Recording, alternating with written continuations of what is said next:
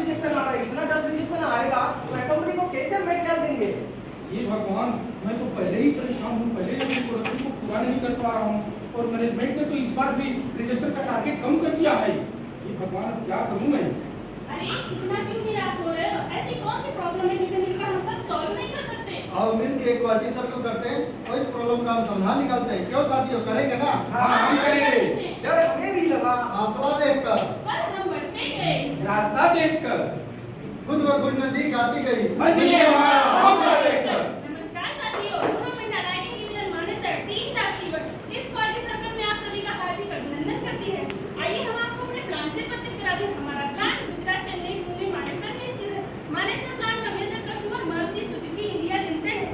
अब हम आपको अपने कुछ की प्रोडक्ट से परिचित कराते हैं। हमारे की प्रोडक्ट है tail lamp, headlamp, fog lamp, roof lamp इत्यादि। आइए मैं आपको हमारे कंपनी के डिजाइन कैपेबिलिटीज और प्रोसेस के बारे में विस्तार से बताते हैं। हमारे कंपनी के पास complete in house design capabilities है, जैसे mechanical design, optic design, electronic design etcetera. और प्रोसेस के बारे में बताऊं तो हमारी कंपनी अलग-अलग एडवांस प्रोसेस का इस्तेमाल करता है।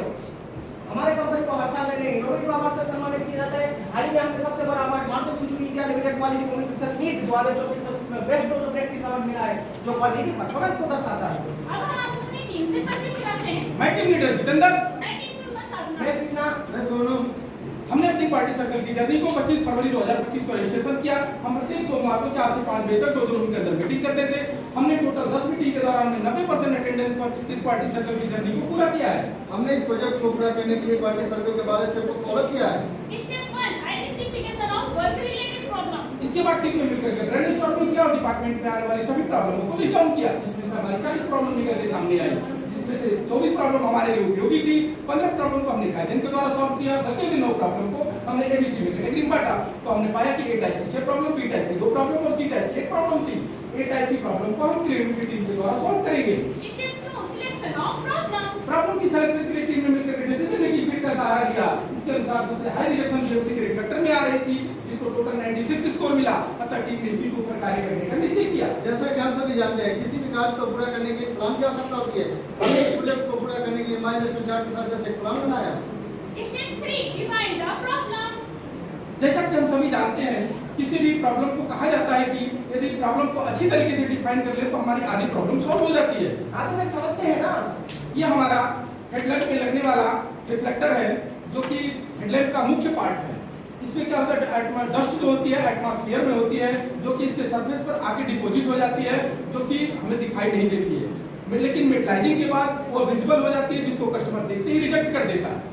इसीलिए हमने प्रॉब्लम को और अच्छे तरीके से समझने के लिए हाइड्रोजन वानेक्स का सहारा लिया है और हमने प्रोसेस में चार्ट का भी सहारा लिया है और हमने रेड मार्किंग करके दिखाया है कि प्रॉब्लम कहां से ऑब्जर्व हो रही थी। Step 4 analyse the problem. Problem की एनालिसिस के लिए हमने लास्ट 6 मंथ के डाटा को एकत्रित किया और उनका एवरेज पीपीएम निकाला। तो हमने पाया कि 22,395 पीपीएम आ रही थी।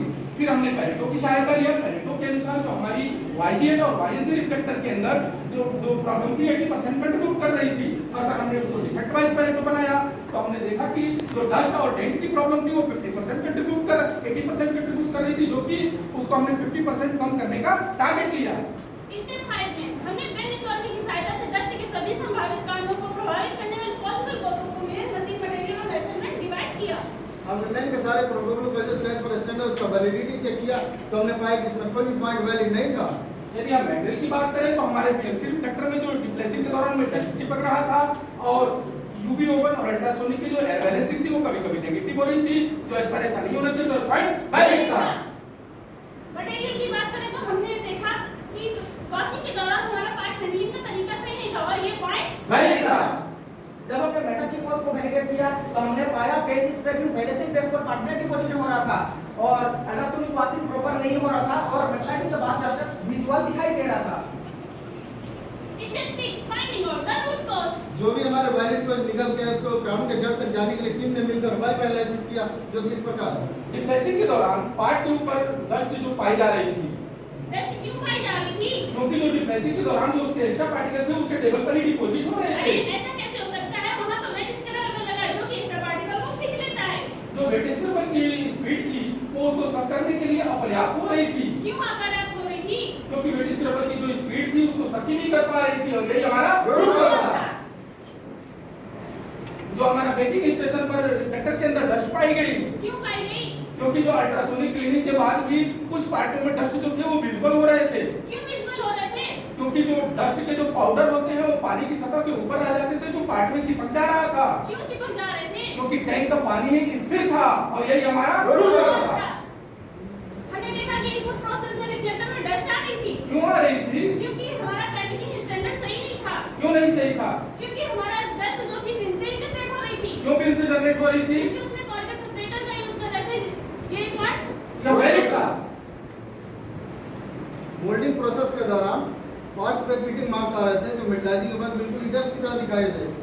मेटलाइजिंग से पहले हम इस पे एक बेस कोट करते हैं जो हमारे छोटे छोटे फिटिंग मार्क्स को कवर कर लेते हैं, लेकिन हमने देखा कि कुछ पार्टों में हमारे फिटिंग मार्क्स अभी भी दिखाई दे रहे थे। क्यों दिखाई दे रहे थे? क्योंकि जो पेंट का थिकनेस था वो पर्याप्त नहीं था जो हमारे फिटिंग मार्क्स को कवर कर सके, और यही यही हमारा हमारा रूल था।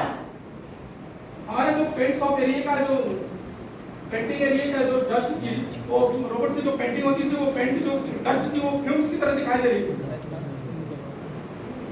क्यों दिखाई दे रही थी?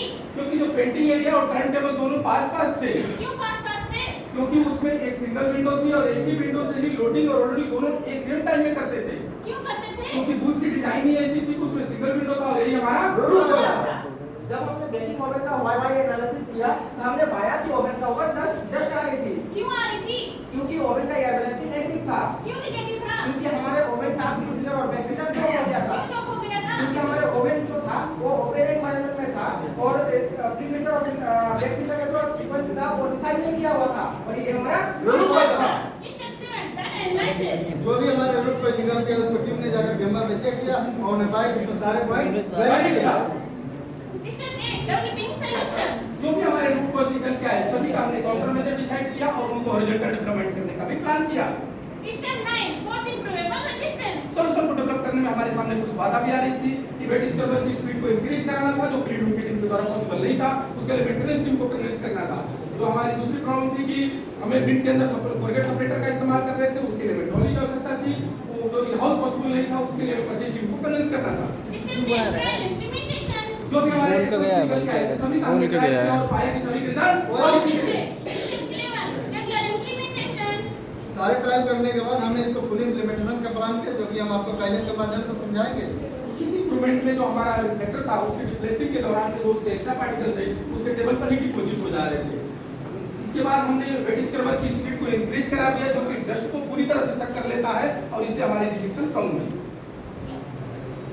अल्ट्रासोनिक क्लीनिंग के बाद जो क्लीनिंग के जो पानी स्थिर रहता था जो डस्ट को पूरी तरह से क्लीन नहीं कर पाता था। आफ्टर इंप्रूवमेंट हमने उस टैंक के अंदर में एयर सर्कुलेशन का पाइप लगवा दिया जिससे पानी के अंदर हलचल करा दिया जिससे कि डस्ट जो है रिमूव हो जाता है और हमारी रिजेक्शन जो है घट गई। यह हमारा नेक्स्ट इंप्रूवमेंट है। पहले हम पार्ट को बिन में पार्टीशन के दौरान रखते थे जिससे डस्ट जनरेट होती थी और रिजेक्शन बनती थी। आफ्टर पायलट हमने बिन की जगह ट्रॉली का इस्तेमाल किया और पीपीसी का इस्तेमाल किया और सेट शीट भी प्रोवाइड करा दी जिससे हमारी रिजेक्शन कम हुई है। यह हमारा इंप्रूवमेंट नंबर 4 है। पहले यूवी पेंटिंग एरिया में डस्ट काउंट कभी-कभार हाई हो जाता था क्योंकि हमारा हेपा फिल्टर चौक हो गया था जिससे 0.5 माइक्रोन साइज का डस्ट 15 से 20,000 तक आ रहे थे। अब हमने हेपा फिल्टर को न्यू इंस्टॉल किया है और फिल्टर चेकिंग फ्रीक्वेंसी चेकिंग में ऐड करवाया है। अब हमारा डस्ट काउंट रिड्यूस हुआ है। पहले हमारा डीएफटी 18 माइक्रोन पे चलती थी जो हमारे छोटे-छोटे पार्ट्स को छोटे-छोटे फिटिंग पार्ट्स को कवर नहीं कर पा रही थी। अब हमने पीसीआर द्वारा इसका स्पेसिफिकेशन को रिवाइज कर दिया 20 से 30 कर दिया जो हमारे सारे फिटिंग पार्ट्स को कवर कर पा रही है। इससे हमारा रिजेक्शन कम हो गया। हमारे पेंटिंग एरिया में जो रोबोट पेंटिंग थी और टर्न टेबल दोनों पास-पास होने के कारण डस्ट रेशियो काफी बढ़ गया था। आफ्टर इंप्रूवमेंट हमने इसमें एक अलग से विंडो प्रोवाइड करा दिया है जिससे कि पार्ट ऑपरेटर जो होता है अगले पार्ट पर लोडिंग और दूसरे विंडो में लोडिंग कर लेता है जिससे कि हमारी रिजेक्शन घट गई। ये हमारा इंप्रूवमेंट नंबर 7 है। पहले ओवन के अंदर डस्ट आ रहा था क्योंकि फिल्टर और बैक फिल्टर चौक हो गया था जिससे एयर बैलेंसिंग भी बीच-बीच में नेगेटिव हो रहा था। अब हमने फिल्टर और बैक फिल्टर न्यू इंस्टॉल किया है और क्लीनिंग फ्रीक्वेंसी 2 हफ्ते में और रिप्लेसमेंट फ्रीक्वेंसी 4 महीने में फिक्स किया है। अब हमारा पॉजिटिव प्रेशर मेंटेन हुआ है, डस्ट काउंट रिड्यूस हुआ है। इसके अलावा हमने कुछ अदर इंप्रूवमेंट किए जैसे कि बेजल और रिफ्लेक्टर की इनपुट बिल्कुल आसपास थी जो बेजल के कुछ पार्टिकल आगे रिफ्लेक्टर में चिपक जाते थे जिससे हमारी डस्ट काउंट बढ़ गया। अब हमने दोनों के बीच में एक पार्टीशन दे दिया उस पर टिक पे सीट भी लगा दी जिससे हमारी रिजेक्शन कम हो गई। इस इंप्रूवमेंट में हमारी बीएमसी मशीन और अल्ट्रासोनिक मशीन पास-पास होने के कारण डस्ट रेशियो काफी बढ़ गया था। अब हमने बीच में पार्टीशन लगवा दिया है जिससे बीएमसी मशीन का डस्ट अल्ट्रासोनिक तक नहीं पहुंचती है जिससे डस्ट की रिजेक्शन कम हुई। जो भी हमने इंप्रूवमेंट किया उसका स्टैंडर्डाइजेशन का प्लान किया जैसे ग्रुप जनरल में एक्सेल शीट बनाए 2000 ट्रेनिंग मॉड्यूल रिवाइज किए। इसके अलावा हमने डोजर ट्रेनिंग का सिस्टम इम्प्रूव किया, डोजर ट्रेनिंग को डिजिटाइज किया, ट्रेनिंग की इन्फॉर्मेशन द्वारा देने लगे और बीआर हेड द्वारा ट्रेनिंग देने लगे और हमने स्मार्ट क्लासेस भी स्टार्ट करा दी। ये हमारा प्लान मतलब सेक्शुअल माइलस्टोन चार्ट है, जिस प्रकार से हमने एक्टिविटी का प्लान किया था उसी के अनुसार हमने इसको पूरा किया है। Step 10 follow up review.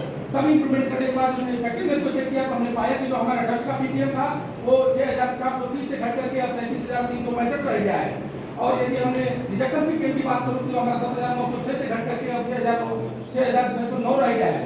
यदि क्लीन ओवरऑल रिजेक्शन की बात करूं हमारा तो हमने टोटल इसमें 13% इंप्रूवमेंट किया है, जो 23800 से घट करके अब 20700 रह गई है। इस पार्टी सर्कल के करने से जो हमें टेंजिबल बेनिफिट हुआ है इस प्रकार है कि एनवायरनमेंट की बात करें तो हमारा बीएमसी एक अपोजिट प्लास्टिक है जो रिसाइकल नहीं हो सकता है, जो एटमॉस्फेयर को भी दूषित करता है। इसको हमने 1800 केजी हमने सेविंग किया है। यहाँ तक कि रिजेक्शन करने के लिए भी हमें इसको कॉस्ट देनी पड़ती है। क्वालिटी इंप्रूवमेंट की बात करें तो हमने ओवरऑल भी 13% का रिड्यूस किया है और इंटेंसिटी की बात करें तो हमने 40% का रिड्यूस किया है। कीपेज हमारा 40.5 से घटकर 26.7 हुआ है। कॉस्ट की बात करें तो हमने 48 लाख रुपए पर ईयर सेविंग किया है। डिलीवरी में कोई चेंज नहीं इस है। पार्टी सर्कल में इंटेंजिबल बेनिफिट इस प्रकार है टीम वर्किंग की भावना बढ़ी है। कम्युनिकेशन स्किल बढ़ा है। कंप्यूटर की नॉलेज हुई है। सेल्फ कॉन्फिडेंस बढ़ा और इंटरनल कस्टमर भी संतुष्ट हुआ है। इस पार्टी सर्कल के करने से हमें टेंजिबल हमें टूल्स ऑफ टेक्निक की भी नॉलेज बढ़ी है। अभी हमारी जर्नी समाप्त नहीं